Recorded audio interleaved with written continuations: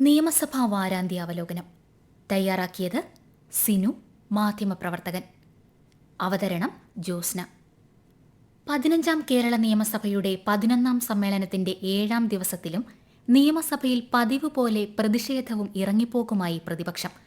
പതിവ് രാഷ്ട്രീയ വിഷയങ്ങൾക്ക് പകരം മുതലപ്പുഴയിലെ മത്സ്യത്തൊഴിലാളികളുടെ അപകടമരണം ചൂണ്ടിക്കാട്ടിയുള്ള അടിയന്തര പ്രമേയ നോട്ടീസാണ് ഇറങ്ങിപ്പോക്കിന് തിങ്കളാഴ്ച വഴിതെളിച്ചത്. മത്സ്യത്തൊഴിലാളികളുടെ ജീവന് പുല്ലുവില കൽപ്പിക്കാതെ മുതലപ്പൊഴിയെ മരണപ്പൊഴിയാക്കി മാറ്റുകയാണെന്നാരോപിച്ച് പ്രതിപക്ഷത്തെ എം വിൻസെന്റാണ് അടിയന്തര പ്രമേയത്തിന് അവതരണാനുമതി തേടിയത്. മുതലപ്പൊഴി ഹാർബറുമായി ബന്ധപ്പെട്ട പ്രശ്നത്തിന് 1.5 വർഷത്തിനുള്ളിൽ ശാശ്വതമായ പരിഹാരം കാണാനുള്ള ശ്രമമാണ് നടത്തുന്നതെന്ന് മന്ത്രി സജി ചെറിയാൻ മറുപടി നൽകി. പൊഴിയിലെ മണൽത്തിട്ടയും മുന്നറിയിപ്പ് ലംഘിച്ച് മത്സ്യബന്ധനത്തിന് പോകുന്നതും ശക്തമായ തിരകളുമാണ് അപകടത്തിന് കാരണം. ഇതു പരിഹരിക്കാൻ വീണ്ടും പഠനം നടക്കുകയാണ്. 1 മാസത്തിനുള്ളിൽ പഠനം പൂർത്തിയാക്കി 2 മാസത്തിനുള്ളിൽ കേന്ദ്രത്തിന് വിശദമായ പദ്ധതി രേഖ നൽകാനാകും. കേന്ദ്രം അംഗീകരിച്ചാൽ 1.5 വർഷത്തിനുള്ളിൽ പദ്ധതി പൂർത്തിയാക്കുമെന്നും മന്ത്രി പറഞ്ഞു. മന്ത്രിയുടെ മറുപടിയുടെ അടിസ്ഥാനത്തിൽ സ്പീക്കർ അടിയന്തര പ്രമേയത്തിന് അനുമതി നിഷേധിക്കുകയും പ്രതിപക്ഷം സഭയിൽ നിന്ന് ഇറങ്ങിപ്പോവുകയുമായിരുന്നു. അപകടച്ചുഴിയായി മാറിയ മുതലപ്പൊഴി ഒരിക്കലും തോരാത്ത കണ്ണീർപ്പൊഴിയായി മാറിയെന്ന് വിൻസെന്റ് പറഞ്ഞു. യോഗങ്ങൾ മാത്രമാണ് സർക്കാർ തലത്തിൽ നടക്കുന്നത്, പരിഹാരമില്ലെന്നും അദ്ദേഹം ആരോപിച്ചു.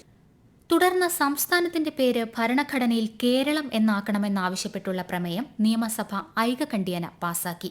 മുഖ്യമന്ത്രി പിണറായി വിജയനാണ് പ്രമേയം അവതരിപ്പിച്ചത്. കഴിഞ്ഞ വർഷം ഓഗസ്റ്റിൽ ഇതേ കാര്യം ആവശ്യപ്പെട്ട് പ്രമേയം പാസാക്കിയിരുന്നു.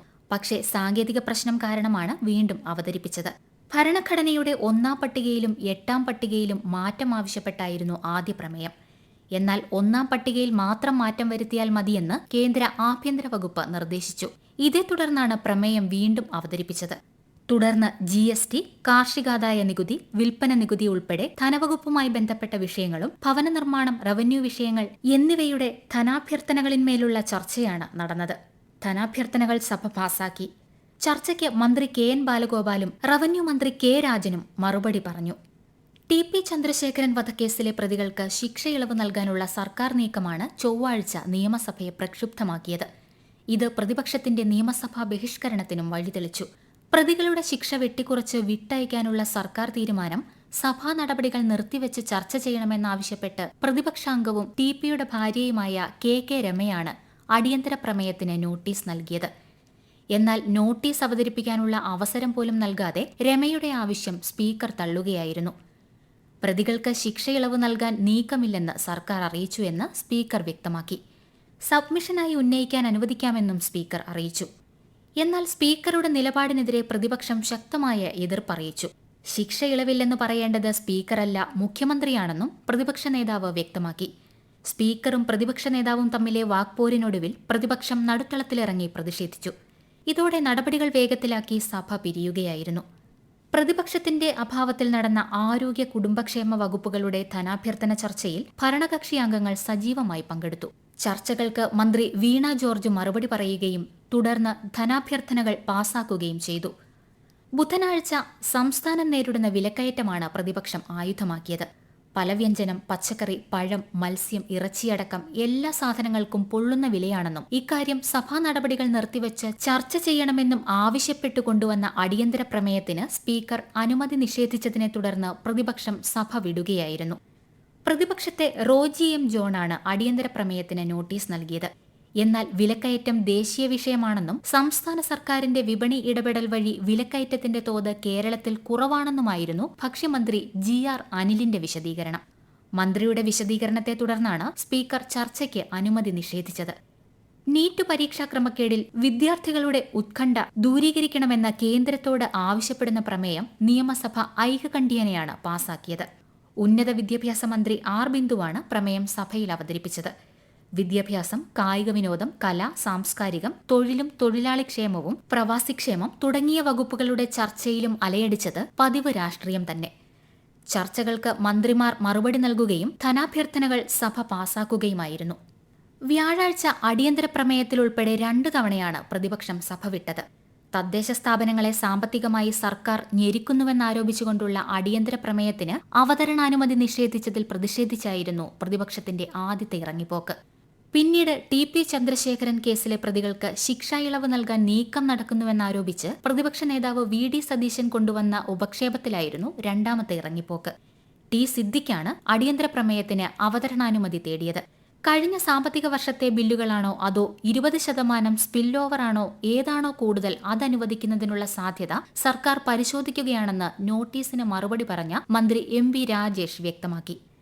ടി.പി. വിഷയത്തിൽ മുഖ്യമന്ത്രിയുടെ അഭാവത്തിൽ മന്ത്രി എം.ബി. രാജേഷാണ് മറുപടി നൽകിയത്. ശിക്ഷാ ഇളവിന് ഒരു നീക്കവുമില്ലെന്ന് മന്ത്രി വ്യക്തമാക്കി. തുടർന്ന് വീണ്ടും പ്രതിപക്ഷ നേതാവ് സംസാരിക്കാൻ എഴുന്നേറ്റതാണ് ബഹളത്തിലേക്ക് നീങ്ങിയത്. പിന്നീട് പ്രതിപക്ഷം നടുത്തളത്തിലിറങ്ങുകയും ഇറങ്ങിപ്പോവുകയും ചെയ്തു. തുടർന്ന് മോട്ടോർ വാഹന നികുതി, മത്സ്യബന്ധനം, ഗതാഗത വകുപ്പുകളുടെ ധനാഭ്യർത്ഥനകൾ എന്നിവ സഭ പരിഗണനയ്ക്കെടുത്തു. വകുപ്പുകളുടെ പ്രവർത്തനങ്ങളുടെ ഇഴകേറി പരിശോധന നടന്നുവെങ്കിലും മുന്നിട്ട് നിന്നത് രാഷ്ട്രീയം തന്നെയായിരുന്നു.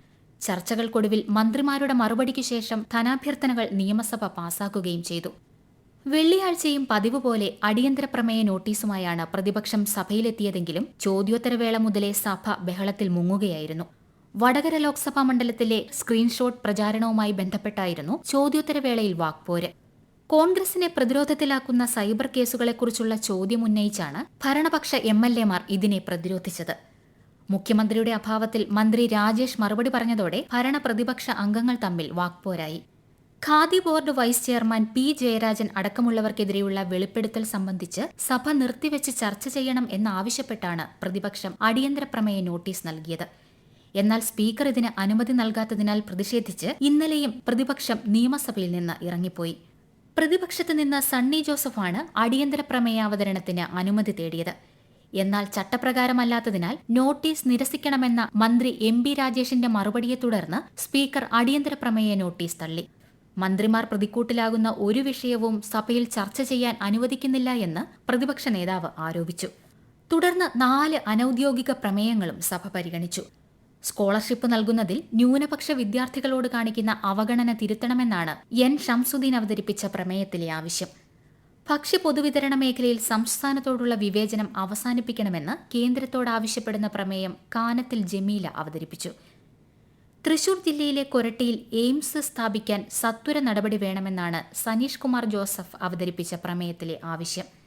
കേന്ദ്ര വന്യജീവി നിയമം കാലോചിതമായി പരിഷ്കരിക്കണമെന്ന് സെബാസ്റ്റ്യൻ കുളത്തുങ്കൽ പ്രമേയത്തിലൂടെ ആവശ്യപ്പെട്ടു. മന്ത്രിമാരുടെ മറുപടിയുടെ അടിസ്ഥാനത്തിൽ പ്രമേയങ്ങൾ സഭ തള്ളി. വെള്ളിയാഴ്ചയായതിനാൽ ഇന്നലെ ഉച്ചയോടെ പിരിഞ്ഞ സഭ ഇനി തിങ്കളാഴ്ച വീണ്ടും ചേരും. നിങ്ങൾ കേട്ടത് നിയമസഭാ വാരാന്ത്യാവലോകനം.